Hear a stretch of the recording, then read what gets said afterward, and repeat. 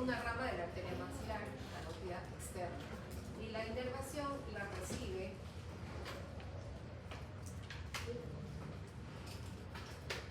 ahí, ¿sí ven? ¿Sí? ¿Sí se ve? Sí, ya. La inervación de la fosa craneal anterior y la fosa craneal media está dada por las tres ramas del trigémino. Y la fosa craneal posterior va a estar dada por la primera, ramo cervical, el segundo y el tercero, ramos cervicales. También por unas ramas del nervio vago, el décimo par craneal. Muy bien, ya hablamos de eso y vamos a hablar sobre los espacios meningocerebrales. Estos espacios meningocerebrales, al igual como existen a nivel espinal, ¿verdad? Hay tres membranas y por lo tanto también va a haber tres espacios, ¿verdad? El primer espacio es el espacio epidural. Este espacio epidural se va a ubicar entre lo que es el hueso y la capa perióstica de la dura madre. La primera capa meninge del hueso. Allí va a estar ese espacio epidural. Y es un espacio que por su característica que es un espacio real, un espacio potencial. ¿Ah? ¿Qué es? Potencial. Potencial. ¿Cómo es el espacio epidural espinal? Es real. Es real. ¿Y cómo está formado ese espacio? Por grasa. Grasa Y plexos venosos. Venosos. Muy bien. Entonces, tenemos el primer espacio entre lo que es el hueso y la primera capita de la dura madre, la capa periódica, prostótica que se llama, o periódica. Bueno, tenemos un segundo espacio, el espacio subdural. El espacio subdural está por debajo de la capa meningea de la dura madre. Entre esa capa, ¿verdad?, meningea y la arabnoides. Entonces vamos a ubicarnos aquí entre la segunda capa celeste y la capa roja. ¿Cómo ven ustedes ese espacio? Es un espacio potencial o virtual. Y por último, vamos a encontrar un tercer espacio, el espacio subaranoideo, que este es un espacio real, porque está ocupado, además de trabéculas, que es una extensión de esta membrana, también subyacen, ¿verdad?, venas, arterias y venas. Tenemos el espacio, bueno, eso ya lo vimos, los espacios subdurales, y tenemos que anotar que entre el hueso y la primera capa de la dura madre, pues discurre una arteria que es esa arteria que la nutre a la dura madre, la arteria meningia media, que ingresa, una rama de la arteria maxilar, que va a ingresar, ¿verdad?, a través de este agujerito, el agujero espinoso, y se va a distribuir realmente con ramas y irrigando todo lo que es la dura madre. Esta arteria también. Sí. Esta arteria es muy importante cuando nosotros hablamos, porque quizás sea la más o la estructura involucrada en formación de los hematomas epidurales que invaden o que forman o llenan este espacio y lo hacen patológico. Pues bien, el espacio subdural, que es un espacio potencial, que ya hablamos, y el espacio subaranoideo, ¿verdad?, que es un espacio totalmente real, que está lleno, que ya hablamos, de los vasos y vasos sanguíneos. Otro aspecto también muy interesante de la vía madre, que es esta capa que recubre todo. No hay espacio que se quede sin ser cubierta por la vía madre. Surcos, así sea, giros, y acompaña incluso a los vasos sanguíneos que van a irrigar el parénquima cerebral. Y cuando acompañan profundamente en el tejido, la vía madre, a estos vasos, se denominan, estos van a dejar allí, va a discurrir también un poco de líquido cefalorraquídeo, pero solo y exclusivamente la capa, la vía madre. Se denominan espacios perivasculares. Pues bien, ¿cómo era el espacio subdural, medular o espinal? Un espacio potencial, real, ¿cómo era? Virtual, virtual. El espacio subcultural. De virtual. Virtual. ¿Es? Virtual. ¿Virtual? Sí. ¿Qué dice Holguín?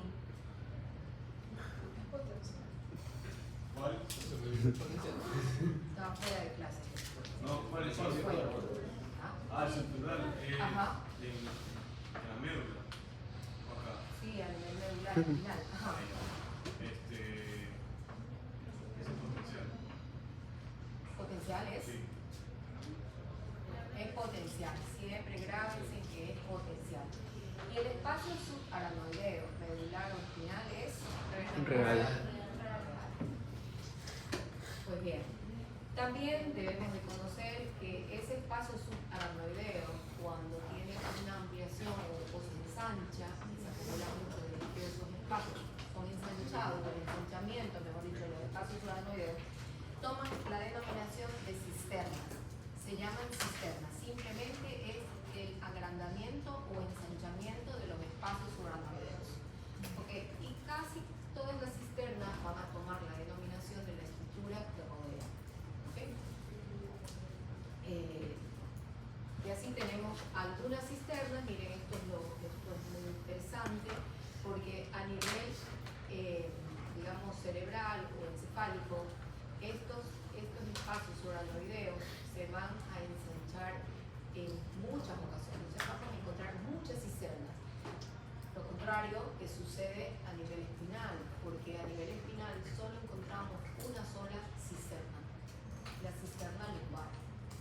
En cambio acá, a nivel encefálico, vamos a encontrar muchas cisternas. Cisternas ambiens, cuadrigeminal, intertubercular, prepontina, magna, que es esta que ya hablamos de la me parece, patologías. Y la cisterna lumbar, que es una cisterna espinal. Pues bien, este es un estudio de resonancia en una secuencia T2, por eso vemos este núcleo cefalorraquídeo y palestencia. Entonces, miren ustedes cómo se ven las cisternas. Las cisternas cuadrigeminales están rodeando a la lámina cuadrigémina, a los polígonos. La cisterna, bueno, este es un cuarto ventrículo, la cisterna magna, ¿verdad?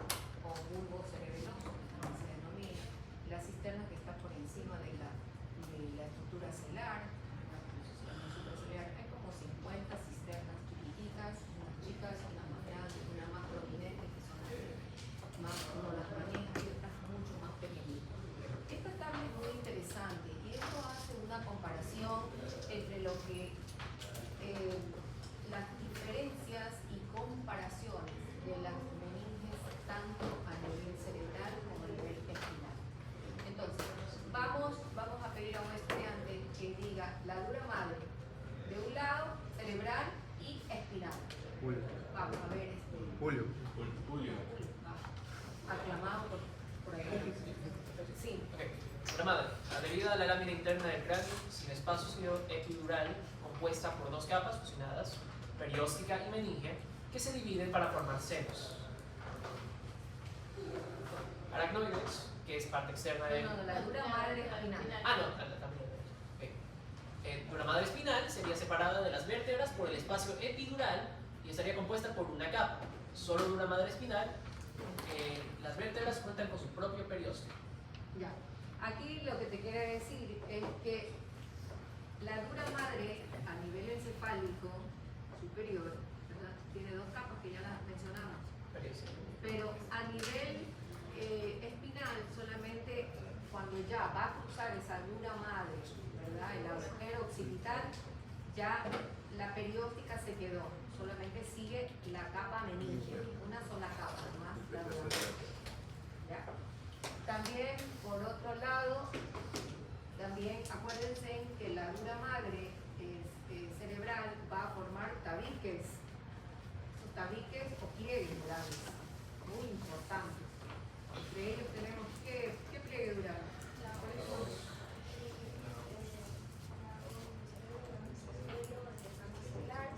Y el entorno.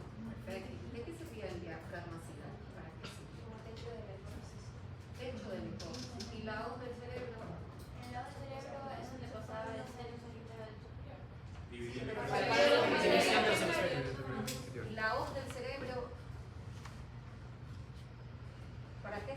la hoz del cerebelo. ¿Ah? Cerebelosos. Y la tienda del cerebelo, que es atrás de ella. Separar los lóbulos occipitales del cerebro del cerebelo. Ajá. La tienda del cerebelo. Bueno, muy bien. Vamos con la segunda, meninge, que es la aracnoides. Comparamos cerebrales y espinales. Vamos, alguien haga la lectura. Julio. Sigue. Aracnoides. Espera un ratito, antes de seguir. ¿Todos pueden observar la lámina o no? Pues que viene más adelante, acá hay una silla. ¿Quién más? ¿Alguien que necesite lentes o no vea realmente viene hasta acá? Los demás, ¿quién es el que no ve? ¿Tú ves? ¿Tú no ves? Desde acá. ¿Quién más que no vea bien? Vamos a apagar allá una luz también, quizás esta luz, porque a veces hace mucho brillo. Chicos, a ver, la colaboración allá. Estudiantes.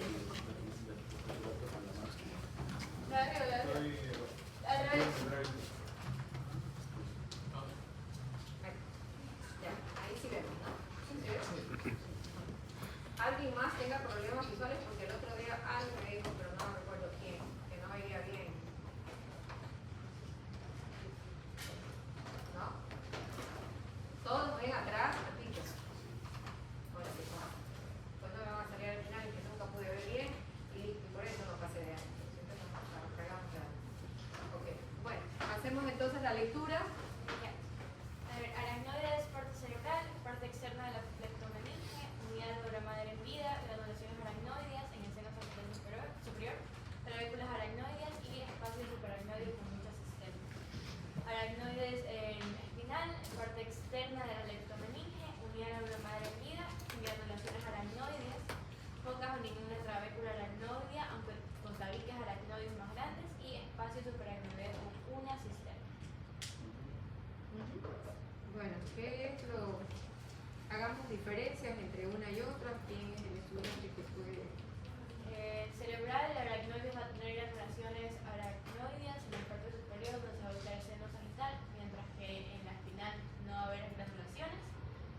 Y mientras que en la cerebral van a haber trabéculas, en la espinal no. O sea, no van a haber A ver, coquitas, en las ninguna. dos aracnoides, o sea, tanto encefálicas como cerebrales como espinales, va a haber trabéculas. Pero la aracnoide cerebral, la de arriba, va a tener muchas trabéculas. La otra cosa muy importante es que ya no se forman vellosidades aracnoideas en médula o en espinal. No hay drenaje religioso que no activa el sistema venoso. Pero en las cerebrales sí, ¿verdad? Por otro lado, en el cerebro hay muchas cisternas, que ya lo mencionamos, ¿verdad? A nivel medular existe solo una, la cisterna lumbar. Entonces miren ustedes la diferencia. Sí,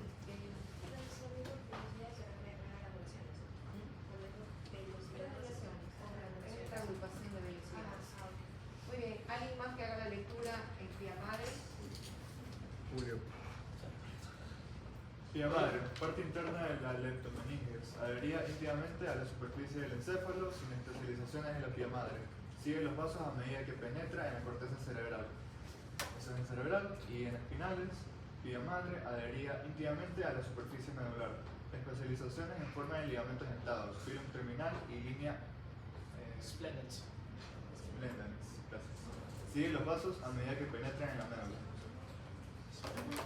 Bueno, las dos están igualitas, la diferencia es que forman algunas estructuras, ¿verdad? A nivel espinal, pero no a nivel cerebral. A nivel cerebral no hay ligamentos dentados, acuérdense que para que se vean los ligamentos dentados. Para recubrir todo lo que se llama el cabeza. Ajá, claro, servían de medios, son medios de fijación laterales, ¿no? Ajá, y el film terminal también era otro medio de fijación a nivel inferior. Entonces, bueno, eso es más importante. ¿Qué sucede también? Esto es muy importante también las cisternas, ¿no? Llamamos cisternas aracnoideas, ¿verdad? Observarlas justo cuando tenemos algún paciente traumatizado.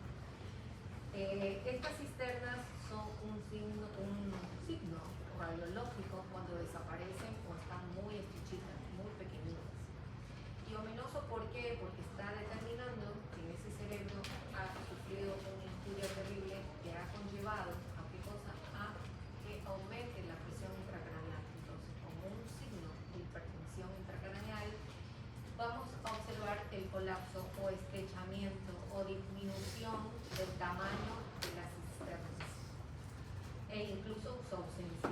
Aquí debería de existir las cisternas silianas y las cisternas peritroncales, y no hay.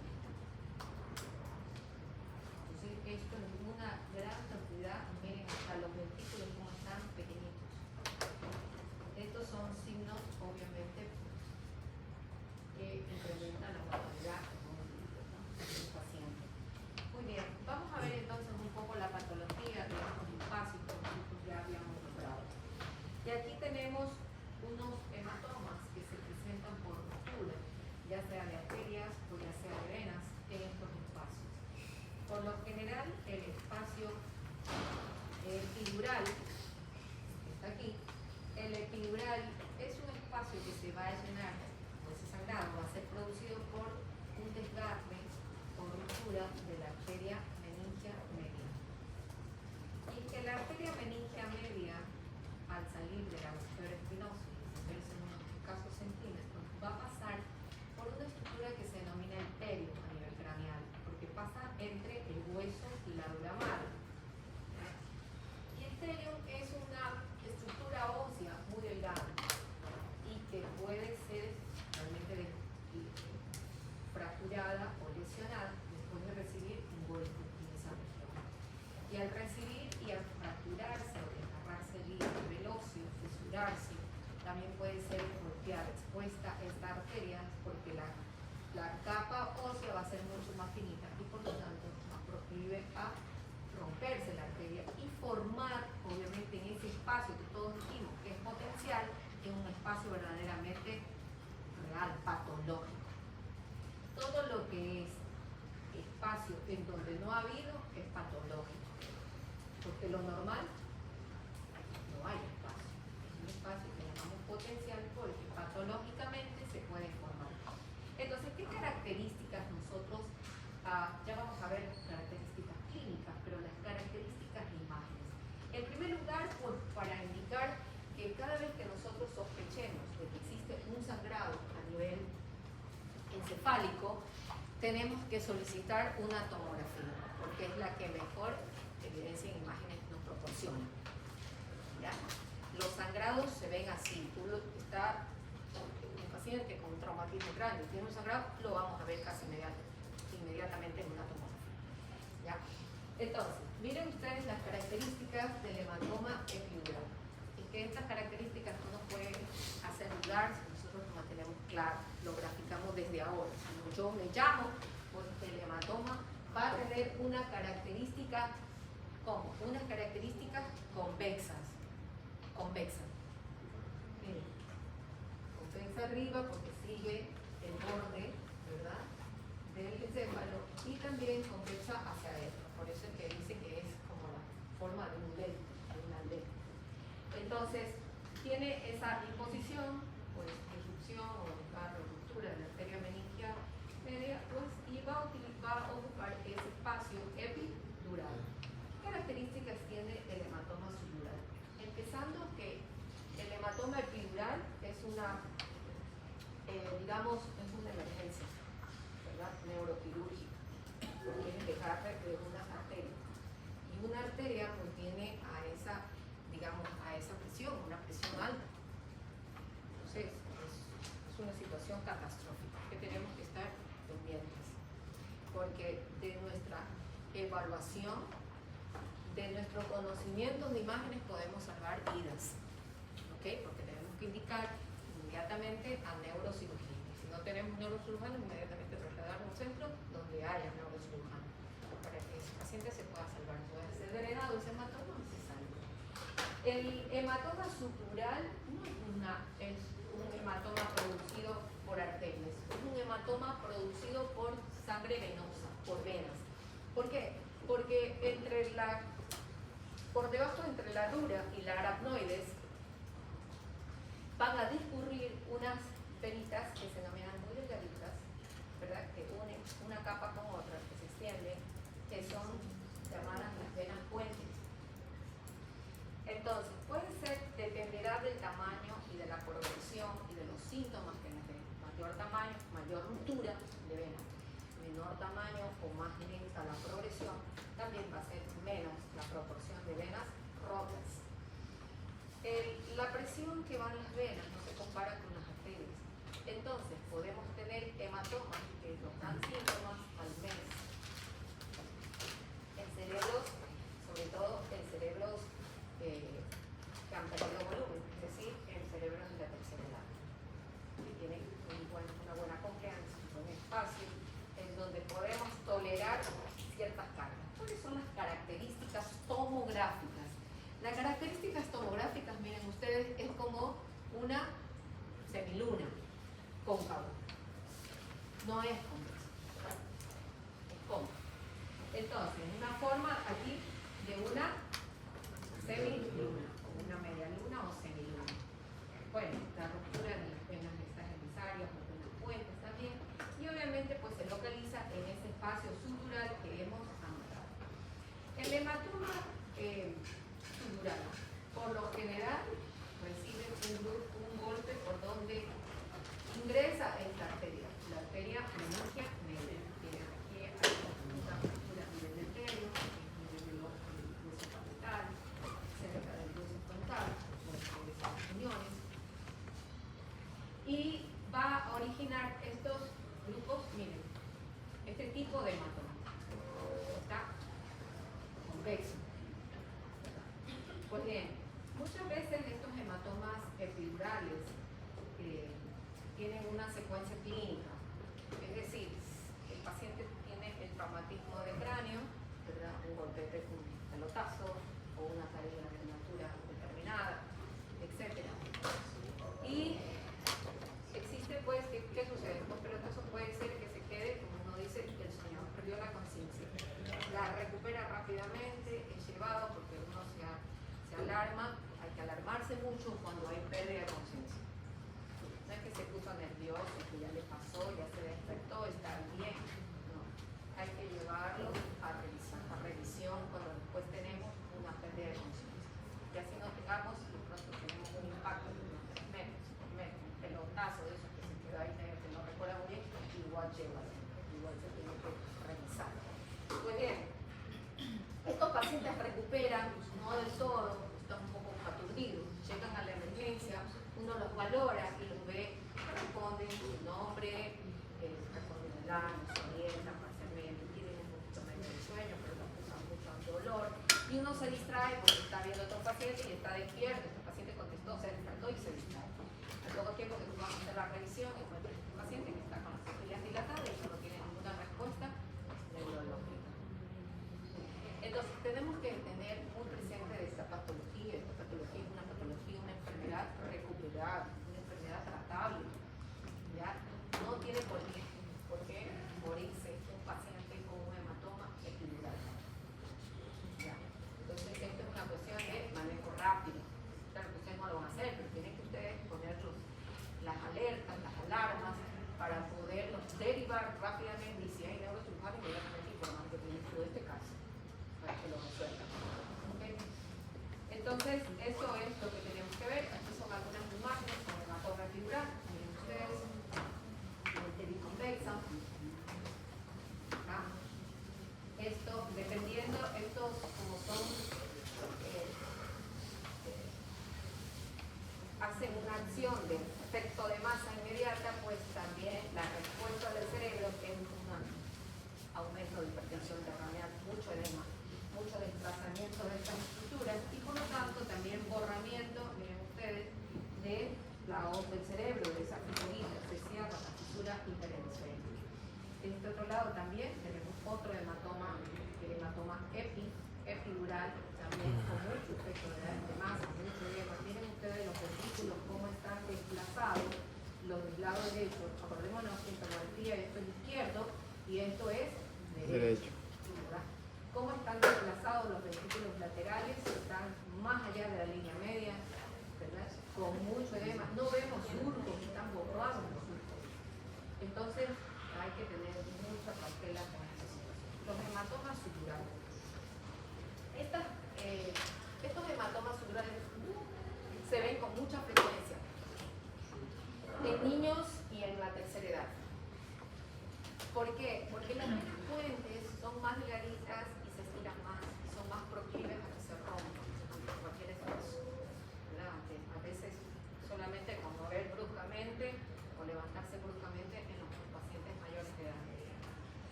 Entonces, cuando encontramos hematomas subdurales, vemos esas características, ¿no?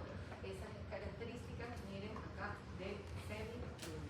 Aquí en esta otra imagen vemos el sangrado de acuerdo a las etapas de evolución va cambiando en tomografía.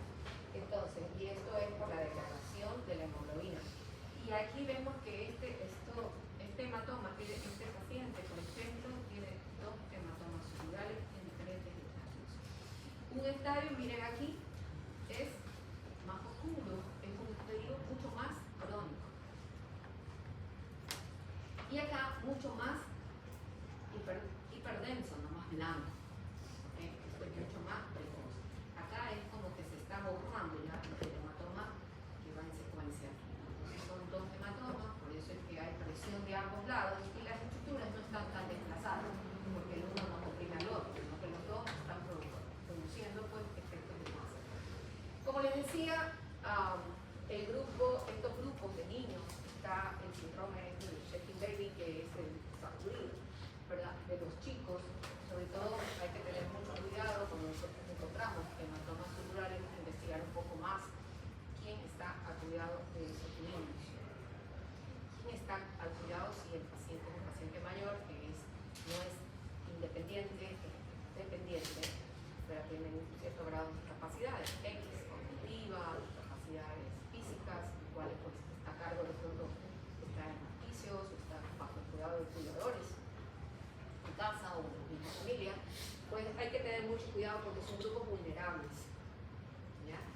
El paciente discapacitado, el paciente que es dependiente o el niño. En los niños hay que revisar, y en los adultos mayores también, el resto del cuerpo, si no encontramos hematomas, laceraciones, golpes, etc. Porque esto, si encontramos alguna de estas situaciones, tenemos que denunciar. ¿Ya? Y no nos hagamos de rumores y chismes que nosotros mismos y vamos a contar a la casita como maravillosa cosa, que encontramos un estudiante de un chiquito no sé cuánto. ¿Y qué más hiciste por eso? Ya, está bien, diagnosticaste, pero ahí, ¿cuál es la parte social nuestra? Pero ahí se tiene que llamar al ministerio, ¿no? Tienes que llamar a trabajo social. El trabajo social se encarga mucho de estas partes. Tienes que comunicar, que ven las laceraciones y ellos aquí también. Pues bien, entonces pueden ver entonces muchos los pacientes también que toman, por ejemplo, anticoagulantes o pacientes alcohólicos también tienen con mucha frecuencia estos hematomas. Aquí también tenemos algunos otros casos. Miren acá, hay hematomas acá, un hematoma subdural muy pequeñito y un hematoma subdural mucho más Pero ahí se le movió la línea media. es porque el exceso, por eso. Mira, está pronto, abierto, temporal, Sí. acá abajo. Claro, tiene mucho efecto de masa. Y este hematoma frontal es muy chiquito de aquí. Muy bien, acá también tenemos otro hematoma subdural. También, miren acá. Que no desplaza mucho las estructuras de línea media porque es un hematoma bien alto. Este en cambio es un poco más hacia abajo, ¿verdad? Y aquí sí está desplazando la otra y la desplaza.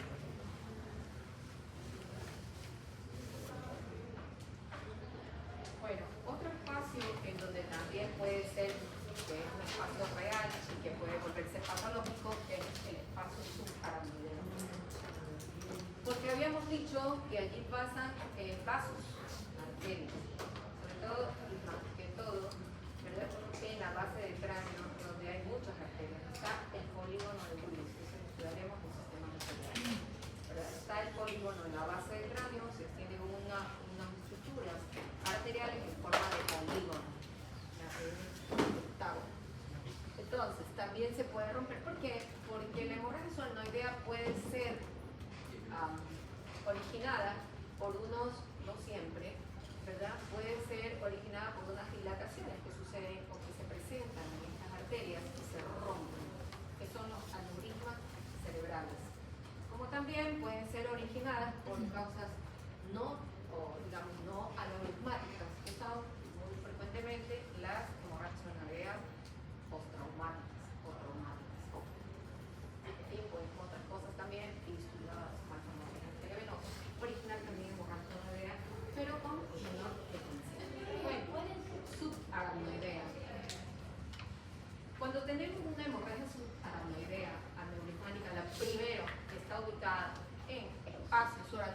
siempre descartar aneurismas cerebrales, para lo cual no vamos a pedir solamente una imagen, una tomografía simple, sin contraste, sino que tenemos que solicitar también una angio-TC de vasos cerebrales, y esa va con contraste, para poder tener una mejor definición de los vasos sanguíneos y descartar, si vemos estas dilataciones que se llaman aneurismas y que se hayan roto. ¿Por qué?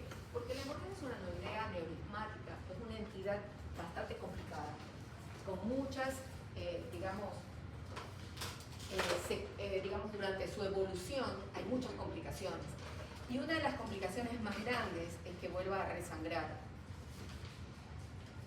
Está dicho que más allá del 40% de los que debutan con hemorragia subaracnoidea aneurismática o ruptura de aneurisma se mueren en el acto. Sangraron y se quedaron muertos. Y eso sí no es el 50%. Y el otro apenas el 50%. Ajá. O sea, mi abuelita tuvo aneurisma. Tuvo aneurisma cerebral. Pero ella se tapó, me habían dicho. O sea, se tapó y alcanzaron a operarle y salió viva. ¿Qué tanto, o sea, es la probabilidad y aparte cómo se taparía? ¿Qué? ¿Por coagulación? No, se tapó no. O sea, sangró, bueno, porque tenemos todos mecanismos de coagulación en nuestra sangre, ¿no? Entonces, imagínate tú, o sea, es lo mismo que estamos hablando de un hematoma epidural, ¿no? La presión que tienen esos vasos y lo que se rompe, no es que se rompe todo eso, ¿no? Una desgracia es que quedas muerto. Se rompe muy apenita lo que se rompe en la penita. Entonces, a veces hay un microgoteo, un microbled, que dicen un microsangradito, o si no, pues ya hay una ruptura más grande porque invades todos los espacios subaracnoideos. Seguramente a tu abuelita le tuvo la suerte pues, de tener un sangrado un poco menor. Entonces, él habla de una cuestión muy frecuente. En primer lugar, pues las mujeres, a partir más allá de los 40, 45 años, son más proclives a tener hemorragias subaracnoideas, aneurisma cerebral. ¿Por qué? Mujer, y él dijo más aún, porque esto es una estructura, es una entidad más o menos congénita. Entonces, conforme pasan los años, eso se va dilatando porque vas perdiendo unas capas que se forman en los dedos. El débil desaparece. Entonces, mientras más años de exposición, más riesgo tienes si se te formó. Y otra causa también, otro factor de riesgo es que sea fumador y que sea hipertenso. No significa que esto los hombres no tengan, pero sí hay una relación 2-1 más o menos entre mujeres, más el grupo de mujeres que el grupo de hombres. Pues bien, decía que es una entidad bastante complicada y cuando nosotros hagamos un diagnóstico de un aneurisma que se rompió, que se debe a la causa de ese sangrado, porque estar muy atentos, porque puede volver a resangrar en las horas siguientes o después, porque puede llegar este contenido de sangre ocupando un espacio que no debería ocuparlo, porque eso está predispuesto a qué cosa? A líquido cefalorraquídeo, no sangre. Va a originar una meningitis química y esa meningitis química va a lesionar los vasos sanguíneos, va a producirle una vasculitis, una inflamación en la pared de los vasos, lo cual hace que se cierren los vasitos, originando lo que se denomina infarto cerebral y vasoespasmo. Disminuye el calibre y se queda esa parte de esos territorios sin circulación y se infarta el cerebro. Entonces, ya tenemos un resangrado, tenemos un vasoespasmo con la complicación de infartos cerebrales y por último, para nombrar en grosso modo, es que digamos, la circulación de ese líquido cefalorraquídeo en ese espacio solenoideo, esa meningitis química puede originar también mucha inflamación a nivel de las velocidades aracnoideas, a nivel de la absorción. Y por lo tanto, si yo tengo estas vellosidades o estas granulaciones que no me funcionan bien, ¿cuál va a ser la complicación? Acumulación de líquido cefalorraquídeo. Es decir, el tercer componente también grave en esta hemorragia es la presencia de hidrocefalia. Además de Ajá. Así que bueno, es de como que de agarrarnos, mordernos un poquito las uñas, pero no por escuchar clases, sino porque cuando tengamos esta patología frente a nosotros, vamos a estar muy atentos.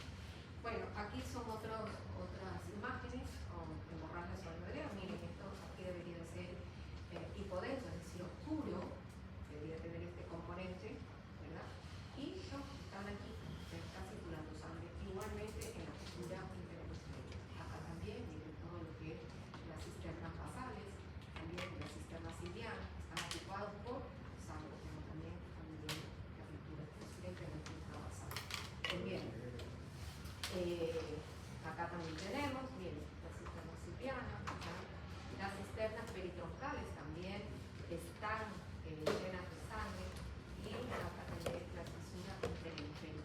Y acá pues esta es una angiografía digital a través de un cateterismo, pero esto es para resolver realmente el problema. Y ya nosotros lo hacemos, digamos, con mucha aproximación, es a través de una angioterapia.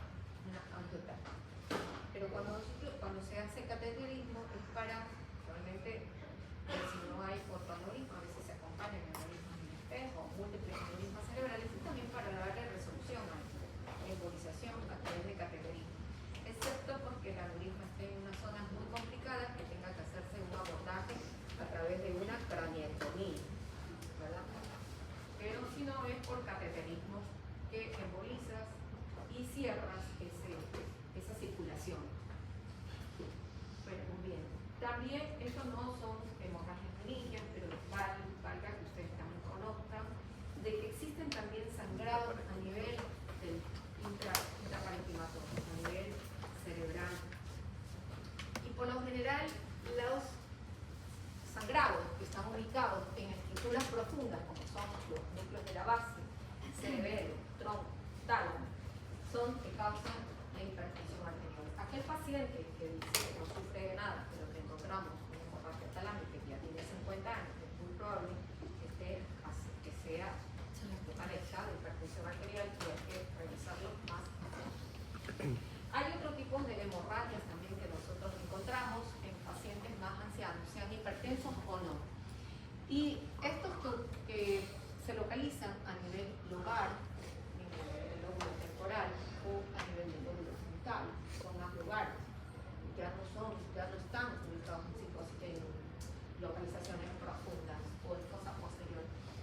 Estos son debidos sobre todo, más que todo, si no son malformaciones, si son jóvenes, malformaciones arteriovenosas, pero si son mayores de edad, por lo general sufren de una enfermedad que se llama la angiopatía amiloide, que tiene un componente, el del vaso sanguíneo en este grupo de pacientes, que los hace más frágiles, más propensos a rupturas. No tiene un componente, digamos, bueno en sus capas arteriales, en sus arterias, están compuestas por un compuesto que se llama el amiloide, que lo hace muy frágil y por lo tanto tienen esa propensión de sangrar, hacer estos tipos de sangrados grandes. Y no uno, muchos, algunos, pues uno por vez, ¿no? Que casi siempre están sangrados. Bueno, ¿alguna pregunta hasta aquí? ¿No? Bueno, vamos a continuar y nosotros vamos a ver lo que es el sistema ventricular y después pasamos a estudiar el líquido cefalorraquídeo. Bueno, muy bien. Nosotros el sistema ventricular lo vimos desde que hablamos de embriología del sistema nervioso, ¿verdad? Y ya allí poníamos algunas estructuras.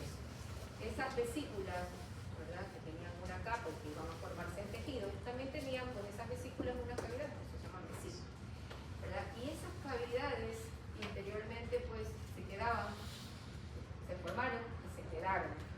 Y se quedaron formando lo que ahora es, en la, digamos, en localización muy profunda, el sistema ventricular. ¿Y que sirve para qué? Para producir, ¿verdad?, porque ahí van a estar los plexos coroideos, para producir, llenarse de líquido cefalorraquídeo, circular, hacer todas digamos, las funciones de nutrición y salir de desechos, ¿verdad? Para eso nos sirve mucho los plexos coroideos. Bueno, muy bien, entonces vamos a encontrar los ventrículos. El sistema ventricular va a tener estos, los ventrículos laterales, uno a cada lado, porque van a estar en cada hemisferio cerebral. Estos ventrículos laterales, ¿verdad?, van a llevar el líquido cefalorraquídeo ¿hacia dónde? Hacia el tercer ventrículo, a través de unos agujeritos que se encuentran a cada lado de los ventrículos en la parte anterior, que se denominan interventricular o de Monro. No llegamos al cuarto ventrículo, ahí está. Bueno, muy bien. Pasamos a un tercer ventrículo y todas las estructuras que se encuentran en la línea media son únicas. Por eso es que tercer ventrículo es único, cuarto ventrículo es único. Pero ventrículos laterales son dos, los que están a cada lado de los hemisferios. Entonces, los agujeros de Monro van a vertir, ¿qué cosa? A transportar el líquido cefalorraquídeo de esos hemisferios laterales hacia un tercer ventrículo que se encuentra en la parte central.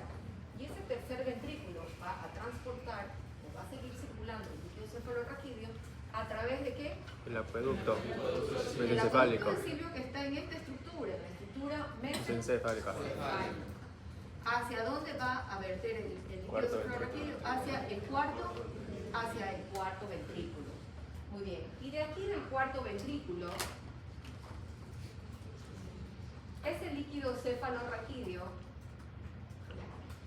de aquí del cuarto ventrículo, el líquido cefalorraquídeo bien se va a dirigir en una cantidad mínima por ese conducto endopédico a nivel medular. Pero la mayor parte del líquido cefalorraquídeo va a salir hacia la circulación, hacia el espacio suranodeo. ¿A través de quién? De tres agujeros. Luce Mayenne. Dos agujeros laterales y un agujero central. Mushka y Mayenne. ¿Ya? Hacia el espacio suranodeo. Y al espacio suranodeo, tanto encefálico como medular. Bueno, vamos a conocer un poco estos ventrículos y aquí tenemos los ventrículos laterales. Estos ventrículos laterales, uno a cada lado, repito, ¿verdad? Tienen una forma de C invertida. Y sus componentes son los siguientes. Están conformados por unas astas o cuernos que van a tomar el nombre de o dentro de los lóbulos que están ubicados. Y así tenemos que estos ventrículos laterales tienen una extensión anterior hacia adelante y que están ubicados ahí dentro del lóbulo frontal y por eso se llaman astas o cuernos anteriores o frontales. También se van a dirigir hacia abajo y se van a localizar dentro del lóbulo temporal y se denominan astas o cuernos inferiores o temporales. Y otra extensión que hacen hacia la parte posterior, localizados dentro del lóbulo occipital, unas astas o cuernos posteriores u occipitales. Otras partes del cuerpo forman hasta, digamos, estos cuerpos, los ventrículos laterales, están formados por una estructura que se denomina el cuerpo, que está por detrás del asta o cuerno frontal.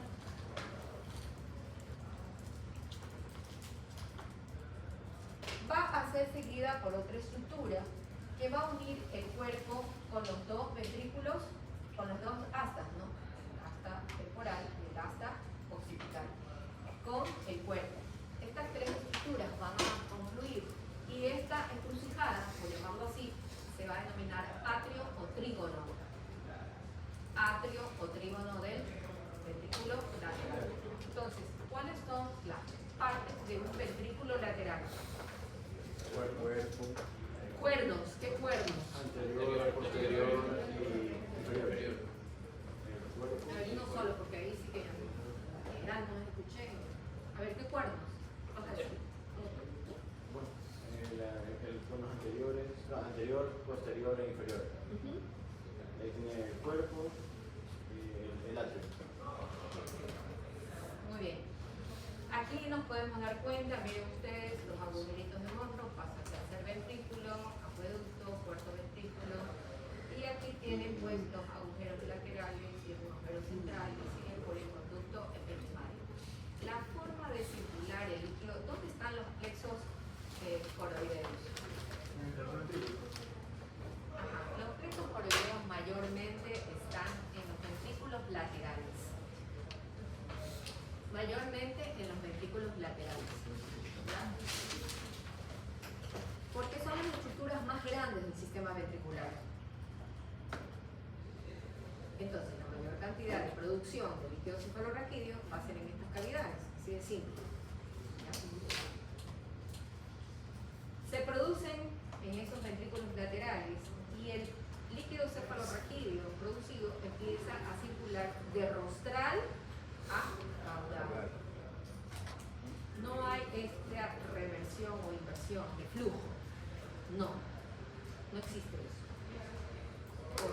explicación, no existe. ¿Ya? Siempre el mecanismo va a ser de arriba hacia abajo, por eso, de rostral a caudal.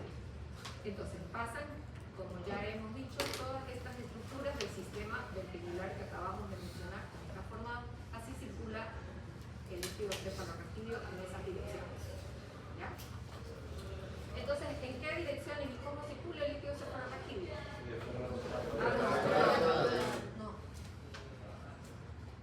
No con el tratado del foro del tercer grupo paralelo 3, uno solo. Marengo. Ya, ¿cuáles son las estructuras que va pasando entonces? Por donde va circulando el líquido cefalorraquídeo. Eso es lo que quiero. A ver, de los ventrículos laterales pasan Ventrículos por laterales. el agujero de Monroe al tercer ventrículo y luego pasan por el conducto del Silvio al cuarto ventrículo. Y luego por los agujeros de Luschka y Mayendi al espacio subaracnoidal.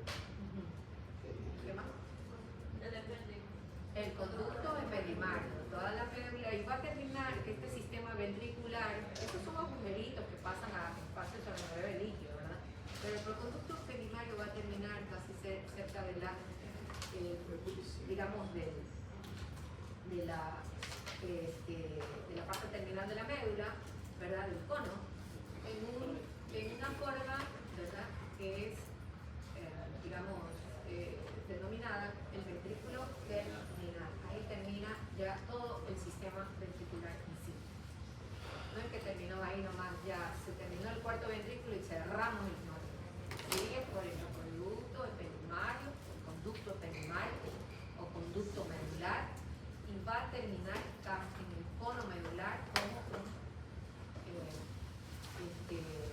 un botón terminal. Un ventrículo terminal, así se llama. Ventrículo terminal. Pues bien.